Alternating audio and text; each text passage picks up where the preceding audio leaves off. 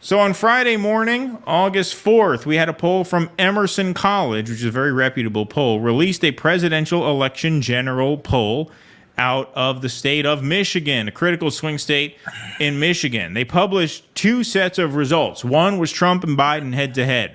Those results were as follows. Trump 44, Biden 44, tied in Michigan. When they introduced Cornel West's name, Trump lost 1 point down to 43. Biden lost 3 points down to 41. So you had Trump 43, Biden 41, Cornel West 4 in Michigan. That same day, on Morning Joe, given that poll, the mood was quite somber. And so let's go to Morning Joe. As you could see, they're taking this threat quite seriously. George W. Bush would have never been elected in 2000 without Ralph Nader. Donald Trump would have never been elected in 2016. This guy looks like he's about to cry, whoever their guest is. You see his eyes? The guy looks like he's about to start weeping. Hold on. Let me play this again. I want to set the mood a little bit. This is Morning Joe talking about the potential spoiler candidacy of Cornel West. George W. Bush would have never been elected in 2000 without Ralph Nader. Donald Trump would have never been elected in 2016 without Jill Stein. I'm wondering in 2024, will we be looking back saying Donald Trump would have never been reelected and continued his assault on American democracy, except for the candidacy of, say, Cornel West or a no labels candidate. Now, let's again just be clear. I feel like I have to say this. You talk to anybody no labels, they will tell you they have one goal, and that's keeping Donald Trump out of the White House. So we'll see what happens there. But let's just talk about Cornel West. How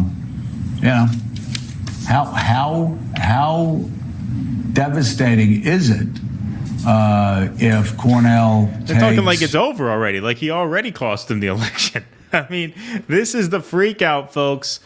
16 months out. We have 16 months to go, right? 15 months. Well, they're also saying Jill Stein cost Hillary the election as if this is an established fact.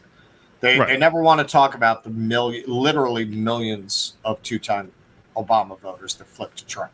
This class has always believed that democracy is dangerous. They see democracy as elites and professionally trained people tell people what the acceptable choices are, and they choose from that range of acceptability. When the people don't do that, they are behaving as an ignorant mob, and they are destroying the good planning of their betters, the experts, who they should be deferring to. Exactly. From Joe Biden in 2024. Well, Joe, I think if he takes that 2 to 3%, it's going to be from the constituencies that we just talked about. And I think that could absolutely make the difference. Donald Trump will be elected or not reelected, I think, based upon no labels and Green Party's Cornel West. I don't think there's any question about his inability to get a majority of the American electorate and a majority of the Electoral College. Well, that's pretty amazing that he would just come out and say right there, it's going to come down to no labels and the Greens. They're already conceding that, no, there's nothing Joe Biden can do to galvanize support from disaffected voters. This is just going to come down to be fair, I mean, there is. Yeah, right. Fair enough. Fair enough. Right? This is just going to come down to minuscule math at the margins. Yeah, I mean, not anything that doesn't involve policy. Right. You know, actually doing things, you know, making marijuana legal, canceling student debts the way that he should have done it in the first place. Right. You know, but he's not going to do any of that. Exactly. And so what they are most concerned about is Joe Biden sort of losing key constituencies to the Greens in enough numbers to tip the scales. One of those constituencies is, of course, the black vote. And so the Morning Joe panel continues with an interview. Let's hear how they put this pretty plainly for a woke news network. West, who by any measure is a pretty fringe candidate. But we all remember Jill Stein in 2016. If West even pulls off a sliver of voters, black voters in particular, that could be the difference in some of these states. So tell us, what's the Biden campaigns? Are they aware of this potential issue? And what's their plan to try to make sure they keep those voters in line? Oh, what's the plan to make sure they keep those voters in line? Keep them in line? Keep them in line. Well, you know, it's not funny. Keep them in the tent, not keep them in the fold, right? Not keep them satisfied with the Democratic Party, right? Not keep them fulfilled, keep them taken care of, keep them feeling like they have a political home in the party. No, how do we keep them in line? Keep them in line. Keep them obedient. Keep them under our thumb.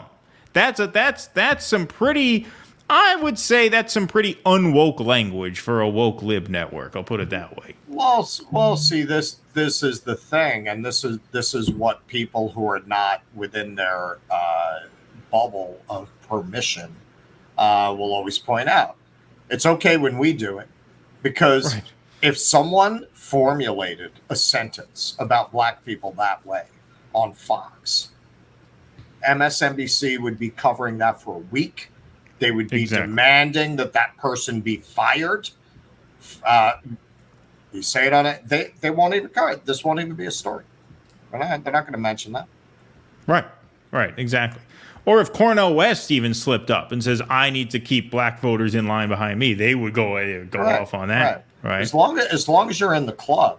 See, and it really shows you, because they hire from this very privileged upper class that does have very ingrained kind of systemic racist attitudes. They do. That's why I say, even though I attack intersectionality and a lot of these ideas as they function in the wild, it's not that I don't think there's anything to it. You know what? It's kind of, I feel the way I feel about those theories, the way I feel about Christianity. It's great on paper. I hate the church. Right? A lot of those ideas, there's a lot to them. I'm talking about how they are being used by people in authority to manipulate perception and to secure their own power. That's really the issue. So whenever you get a guy like this saying the soft part loud, it's revealing. It's very much like when the Ukraine war started, and you had the guy, look, this is a professional journalist who presumably is aware of all the proper cultural signals, who actually came out and said on TV, you know, it's amazing to see something like this happen here because they look like us. Right. It didn't even occur to him that he can't say that, because that's how he really thinks. And nobody can lie 24 hours a day. At some point, the way you really think is going to come out. It'll come through. Right. That's how this person, and a person like this very often, really thinks. Exactly. Currently, strategists have raised concerns about third-party candidates, not just Cornel West, but also this no labels candidates that we're hearing about. But I think the thing that the Biden world is banking on is Donald Trump. Their hope is that if he is in fact the nominee, that will galvanize people in the same way that it. Right. So they're basically hoping that they can terrorize you into voting for them.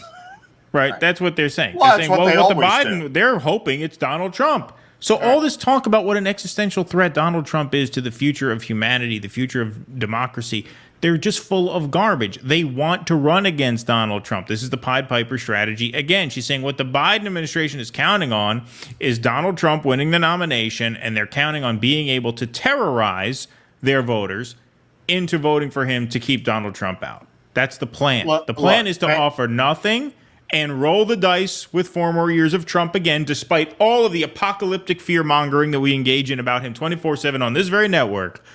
The Democratic Party's hope is that Trump wins the nomination and they can scare enough of their voters into bending the knee.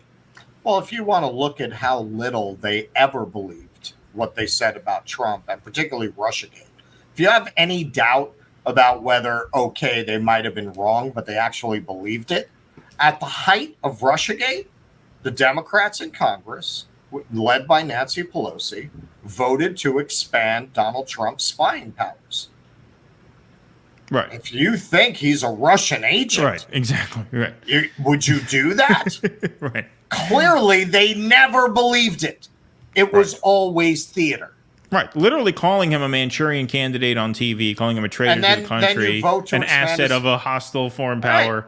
Right. Yeah, and then voting to expand his spying powers. Yeah, right. It was always theater. Well, you can't even argue. Well, they're so partisan. They were blinded by their partisanship, and they never believed it. It was always a way of deflecting responsibility for losing an election to a game show host. The media needed to deflect responsibility as the party in that election that bore the greatest responsibility for getting him elected by obsessively covering him and giving him, $2 billion in free advertising, covering his empty podium. They needed to deflect attention away from that and people asking questions about their complicity. And the Democratic Party, and certainly the Clinton campaign, needed a scapegoat for how they lost to Donald fucking Trump. Russia filled that need. That's it. They never believed it. Please clap.